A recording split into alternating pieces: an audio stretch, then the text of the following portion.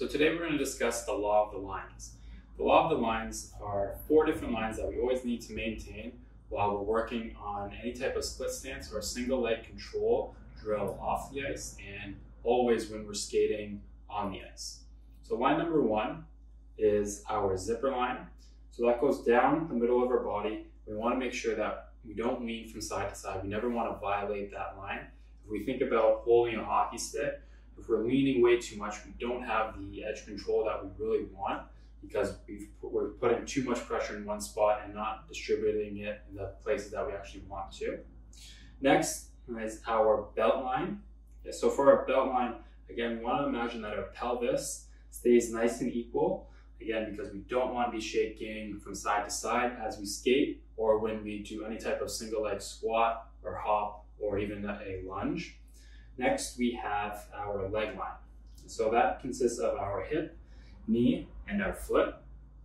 And this is really important because if our knee is constantly caving in, so if I'm squatting and my knee is caving in, or if I'm skating and I'm supporting all my weight on this one side, this is creating shearing forces within our hip. And this is not going to be painful when it's happening, especially with young athletes, but over time with many practices, games, and seasons upon season, this causes what we would call a femoral acetabular impingement. So that's a bony reaction within the hip that causes the hip to lose range of motion, so that as we get older, we're not able to squat down and get to the positions that we want to. Yeah. We'll talk about this later on.